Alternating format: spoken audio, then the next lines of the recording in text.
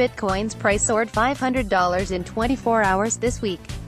Such moves continue to make observers scratch their heads over how to determine the crypto's value.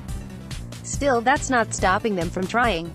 At the Wall Street Journal's D.Live conference in Hong Kong this week, Ripple's CTO and others from the crypto community weighed in on the issue.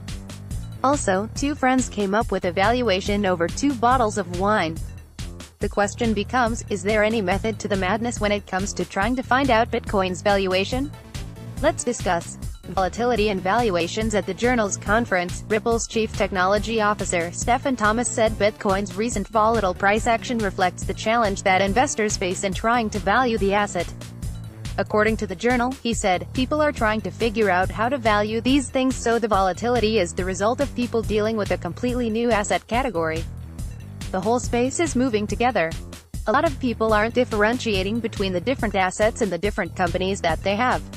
Also weighing in on the subject at the conference was Elizabeth Rossiello, the founder and CEO of BitPesa.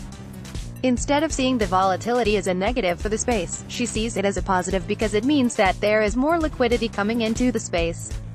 She reportedly said at the conference, "When I tell a VC in Palo Alto that we're working in frontier markets, the eyebrows come off his head." The Journal noted that both Thomas and Rossiello expressed cautious skepticism about the prospect of cryptos being regulated. Valuing Bitcoin over wine. If trying to make heads or tails of Bitcoin's valuation sober is leading you nowhere, break out a bottle of wine or two.